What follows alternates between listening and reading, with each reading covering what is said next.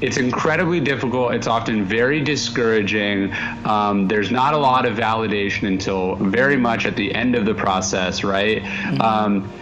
And so what happens is that talking about these things is always easier and always much more validating than doing them if you sort of have the wrong attitude. So what you see is people spending all their time on social media talking about what they're doing instead of struggling to do it, right?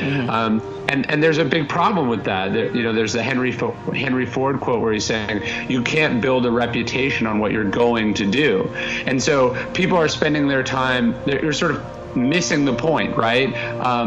You're talking about writing a novel instead of struggling to write that novel. And so you have to understand that ultimately the best thing you can do for your brand and for yourself is to just make really great stuff. You know what I mean? A book that changes people's lives, but quietly changes people's lives, is still going to be a much better tool for you than a book that you market the crap out of that has very little resonance or impact, right? So I want people to question the amount of time that they put on things like social media. I want you to question whose interests you're serving when you're posting on there. Like, there's a great line, if you're not paying for it, then you're the product that's being sold, right? Like, you don't pay for Facebook, so Facebook sucks as much time out of you as it possibly can. It makes it as addictive as it possibly can, and then it sells you to advertisers.